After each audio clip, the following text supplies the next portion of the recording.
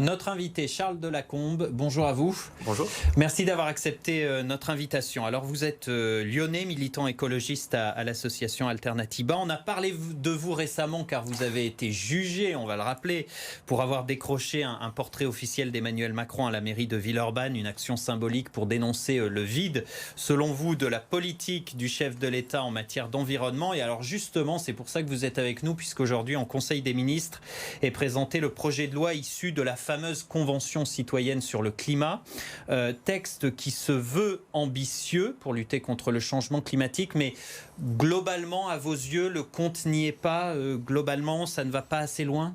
Alors déjà, puisque vous avez parlé de mon procès, je fais juste une petite précision. Effectivement, mon procès a eu lieu il y a 2 semaines. Je n'ai pas encore été condamné, il n'y a pas de décision. Le verdict aura lieu le 1er mars. Voilà, c'est là que je saurai si la on avait donné l'info sur BFM Lyon, effectivement, on attend le jugement. Mais donc, cette action, enfin le fait de dénoncer la politique climatique du gouvernement, c'est toujours d'actualité aujourd'hui, puisque, comme vous l'avez dit, il présente aujourd'hui en Conseil des ministres le projet de loi climat, qui devrait être ambitieux normalement vu la hauteur de l'enjeu. Malheureusement, ce qu'on constate, c'est que le gouvernement se livre à un véritable sabotage avec des mesures qui ne sont absolument pas au niveau et qui n'ont rien à voir avec ce que les citoyens de la Convention citoyenne avaient proposé. 150 citoyens qui avaient été tirés au sort et qui, on le rappelle, ont participé à cette Convention sur le climat. Beaucoup de leurs propositions ne sont pas reprises ou alors reprises qu'à moitié. Il y a un détricotage, un rabotage ?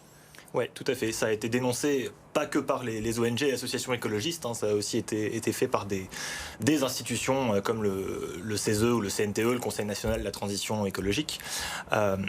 Et donc oui, en fait, il y a plusieurs façons dont le gouvernement a détricoté, torpillé, saboté, tout ce qu'on veut. Vous avez des exemples précis ? J'ai des exemples très concrets. Par exemple, il y a les mesures qui ont été purement et simplement supprimées. C'est le cas des subventions sur le secteur ferroviaire, alors qu'on sait que le train devrait être quand même un outil phare de la transition écologique et des nouvelles mobilités. Il y a une mesure qui me tient à cœur, moi, c'est les chèques alimentaires, donc à destination des plus précaires. Et sachant que c'est une liste, ça qui fait que s'allonger, on est depuis 10 ans une multiplication par 3 des demandes d'aide alimentaire, bref, donc des chèques alimentaires pour favoriser les circuits courts, pour permettre à tout le monde d'accéder à une nourriture de meilleure qualité, ce qui a en plus un effet sur la capacité de nos agriculteurs à vivre correctement. Et ça, c'était une proposition des citoyens, oui. Et ça n'a pas été retenu, ça a été zappé. Absente du projet de loi. D'accord. Vous avez d'autres exemples comme ça, on peut les multiplier, c'est ça l'idée ? Il y en a une autre qui est totalement absente et qui a un écho à Lyon, c'est la mesure de moratoire sur les surfaces commerciales, mais notamment les entrepôts de e-commerce. Donc ça nous intéresse à Lyon parce qu'il y a un projet d'entrepôt Amazon dont on a aussi déjà parlé. À Saint-Exupéry. Voilà, absolument. Et malheureusement, cette mesure a été complètement enlevée également du projet de loi. Pourquoi, selon vous, ces propositions des citoyens ne sont pas retranscrites dans la loi ?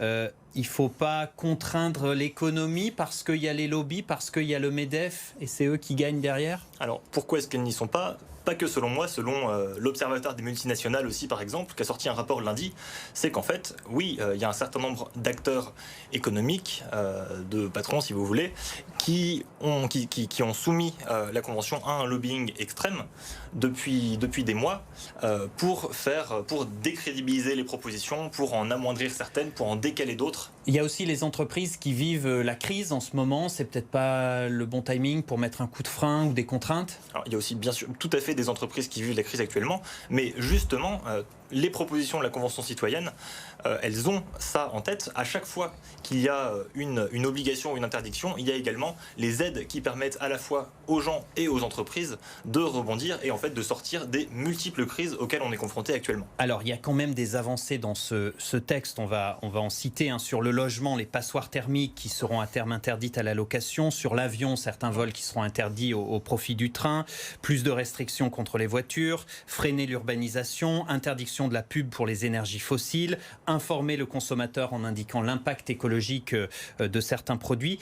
Tout ça, c'est pas non plus des mesurettes. Vous vous en satisfaisez ou pas ? Sur le papier, effectivement, c'est joli. Le problème, c'est que dès qu'on creuse, il n'y a plus rien. Vous avez parlé, vous avez dit l'incitation au train, par exemple. Sauf que donc, si on dit on supprime des avions pour prendre le train à la place, mais qu'il n'y a pas d'argent qui est mis sur le train, on voit qu'il y a quelque chose qui ne marche pas déjà. Vous avez parlé des passoires énergétiques. Ça, c'est typiquement un exemple de mesure mesure qui a été à la fois décalée et rendue inopérante. C'est-à-dire que dans la proposition de la Convention, il y avait une proposition de gel immédiat des loyers pour les bâtiments qui ne sont pas rénovés. Ça représente à la fois des gros gains d'énergie et c'est en même temps une mesure très sociale, puisque qui est-ce qui paye le chauffage des passoires thermiques? C'est les locataires qui sont dedans et qui en hiver peuvent se ruiner en plus de dépenser plein d'énergie. Donc ce que vous voulez dire, c'est que même dans les propositions qui sont reprises, il y a des petites lignes avec des conditions qui font que c'est pas trop contraignant. Absolument. C'est ça l'idée que vous retenez. C'est encore une fois beaucoup de paroles, beaucoup de grands discours et pas beaucoup d'actes derrière. C'est comme ça que vous résumez la politique d'Emmanuel Macron sur l'environnement depuis le début du mandat? C'est ça, à chaque fois, c'est présenter des objectifs, se féliciter même qu'au niveau européen, les objectifs aient été remontés, puisque, je rappelle, l'objectif des propositions de la Convention citoyenne, c'était d'arriver à une réduction de 40% des émissions de gaz à effet de serre par rapport au niveau de 90, objectif qui a maintenant été relevé au niveau de l'Union européenne à une réduction de 55%. Et l'étude d'impact fournie par le gouvernement lui-même montre qu'on n'atteindra même pas l'objectif de 40%. J'allais y venir. La ministre de la Transition écologique elle-même, Barbara Pompili, reconnaît qu'avec cette loi dont on parle, on n'atteindra pas l'objectif. Mais elle dit quand même, c'est pas si grave parce que ce texte est ambitieux, ça va verdir notre société, ancrer l'écologie dans notre quotidien. Tout ça, c'est quoi? C'est du blabla à vos yeux? J'ai bien peur que oui, puisque déjà cette acceptation du fait que le texte ne va pas assez loin, elle vient déjà en filigrane. Il faut un petit peu creuser dans son discours, puisque ce qu'on voit, c'est la France se dote d'une loi climat ambitieuse. Et donc, en fait, on est pire que dans une situation où on ne fait pas les choses, c'est qu'on ne les fait pas, mais on dit qu'on les fait. C'est pour ça qu'on parle de véritable sabotage. Et l'État qui a été condamné dans le procès de l'affaire du siècle, cette pétition qui a rassemblé plus de 2 millions de signatures, condamné pour ne pas avoir respecté justement ses engagements dans la lutte contre le réchauffement climatique, ça dit tout, ça prouve que la politique, les décisions ne sont pas à la hauteur? Je ne sais pas si ça dit tout, mais ça dit déjà beaucoup de choses. Alors il faut savoir que cette condamnation, pour l'instant, c'est une première étape. C'est la responsabilité de l'État qui a été reconnue il y a une semaine. Mais on attend encore la deuxième partie du jugement dans 2 mois, où le tribunal administratif forcera normalement le gouvernement à agir. Merci beaucoup d'avoir été avec nous sur BFM Lyon. Charles Delacombe, donc militant écologiste à l'association Alternatiba.